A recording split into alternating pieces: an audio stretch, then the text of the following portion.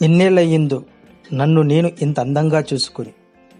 ప్రకృతికే మాటలు వస్తే పలికే మొదటి మాటలు ఇవేనేమో అనిపిస్తుంది. మానవుడు తన ఎదుగుదలకు ఏవైతే సహాయపడ్డాయో కాలక్రమంలో వాటిని నిర్లక్ష్యం చేస్తూ తాను మాత్రమే ఎదగడం ప్రారంభించాడు. ప్రకృతే ముందు తరువాతే తను అనే ప్రాథమిక సూత్రం మరిచిపోయాడు.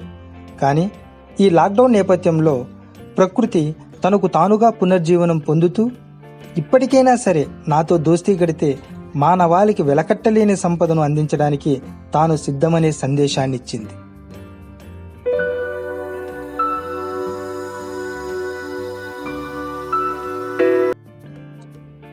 తెలుసో తెలియకో ప్రకృతిని నాశనం చేస్తూ సమస్త జీవకోటిలో మానవ జీవనానికి ప్రాధాన్యమిచ్చాం. ఇది ఇలానే కొనసాగితే మానవ మనుగడే ప్రశ్నార్థకం కానుంది.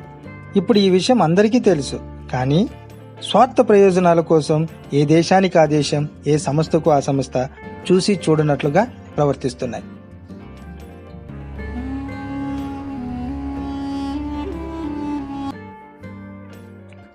అనుకోకుండా వచ్చిన ఒక్క సమస్యకే ప్రాణాలు అరచేతిలో పెట్టుకొని బ్రతుకుతున్నాం. మరి ఎన్నో ఏళ్లుగా పర్యావరణ ప్రేమికులు ఎంతగానో మొత్తుకుంటున్న సమస్యలు తీవ్ర రూపం దాలిస్తే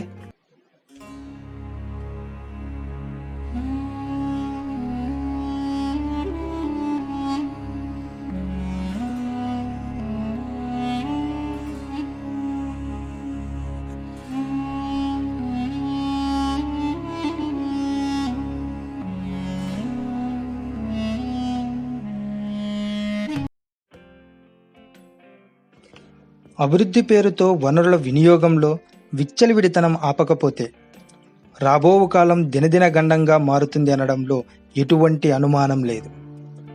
ప్రకృతి కోప్పడితే అదుపు చేయడం ఎవ్వరి తరమూ కాదు.